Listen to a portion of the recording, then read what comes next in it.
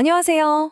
오늘 드디어 많은 분들이 요청해 주셨던 바로 그 유형에 대해 이야기해 볼까 합니다. 바로 세상을 움직이는 리더, 경영자 유형 ESTJ 완전 정복 시간입니다. 자, 그럼 어떤 순서로 알아볼지 한번 살펴볼까요? 먼저 ESTJ가 어떤 사람인지 그 프로필부터 시작해서요. 그 다음엔 이들의 가장 큰 무기죠. 바로 구조의 힘에 대해 알아볼 거고요. 또 이런 강점이 때로는 어떤 어려움을 가져오는지, 그리고 그걸 극복하기 위한 성장 전략은 뭔지, 마지막으로 이 모든 걸 통해 ESTJ가 세상에 어떤 긍정적인 영향을 미치는지까지 차근차근 짚어보겠습니다. 자, 그럼 첫 번째 순서입니다. ESTJ, 경영자 유형. 도대체 어떤 사람들일까요? 여기 부제에 딱 나와 있네요. 사회의 기동, 질서의 수호자. 이 말처럼 이들의 가장 큰 그림, 그 정체성부터 한번 들여다보죠.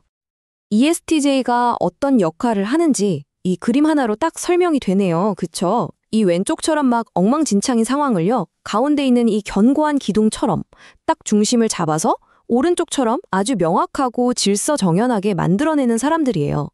혼돈에 질서를 부여하는 거죠. 이러니 어느 조직에서든 정말 꼭 필요한 존재가 될 수밖에 없어요. 자, 그럼 이들의 이런 능력은 어디서 나오는 걸까요? ESTJ를 움직이는 핵심 특성, 그 구조의 힘에 대해서 좀 더 깊이 들어가 보겠습니다. ESTJ는 MBTI에서 수호자라고 불리는 그룹에 속하는데요. 이게 굉장히 중요한 포인트입니다. 왜냐하면 이건 그냥 성격이 뭐 꼼꼼하다? 이 정도 수준이 아니라요. 아예 세상을 보는 방식 자체가 안정과 질서를 지키려는 아주 실용적인 가치관에 기반하고 있다는 뜻이거든요. 와, 이 특징들을 한번 보세요. 정말 ESTJ 그 자체죠?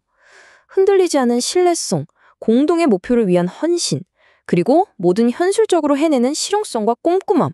이런 것들이 다 합쳐지니까 그냥 머릿속에만 있던 계획이 눈에 보이는 단단한 결과물과 짠 하고 나타나는 거예요. 정말 대단하죠. 그러니까 이게 중요한 게 그냥 뭐 책상 정리 잘하고 이런 차원의 얘기가 아니라는 거예요. 이분들은요, 아주 어릴 때부터 나는 나중에 뭐가 될 거야 하는 식의 장기적인 계획을 세우는데 아주 능숙해요. 그리고 그 목표를 향해서 정말 체계적으로 한 걸음 한 걸음 나아가는 거죠. 그런데 말이죠. 이렇게나 강력한 장점들도 동전의 양면처럼 그림자가 있기 마련입니다. 바로 이 강점 때문에 ESTJ가 겪게 되는 어려움은 과연 뭘까요? 한번 살펴보겠습니다. 바로 이 질문. 이런 강점이 과해지면 어떻게 될까? 이게 정말 핵심을 찌르는 질문이에요.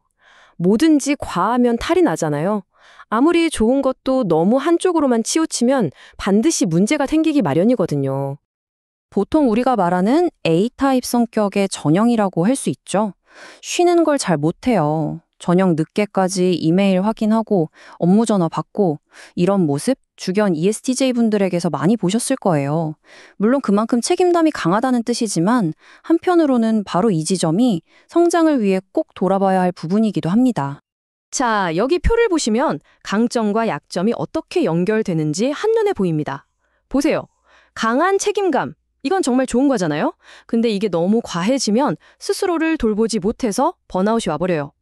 또 한 번 세운 계획에 대한 헌신.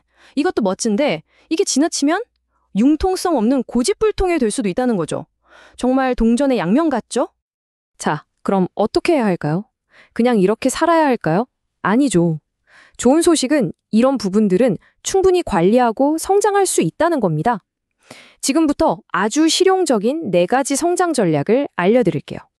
자, 이 4가지 꼭 기억해 두시면 좋습니다. 첫째, 일과 삶의 경계를 확실하게 긋는 거예요. 퇴근 시간을 정하고 개인 시간을 지켜서 번아웃을 막는 거죠. 둘째, 스스로를 돌보는 시간을 의식적으로 만드는 겁니다. 텅 빈 컵으로는 남에게 아무것도 줄 수 없으니까요. 셋째, 공감 능력을 키우는 경험을 해보는 겁니다. 여행 같은 새로운 경험을 통해서 다른 사람의 입장을 이해해보는 거죠. 그리고 마지막 넷째, 혹시 다른 방법은 없을까 하고 스스로에게 질문을 던져보는 겁니다. 반드시 이래야만 해라는 생각이 들 때마다 말이죠. 이 4가지만 잘 실천해도 강력한 리더십과 개인적인 행복, 2마리 토끼를 다 잡을 수 있을 겁니다.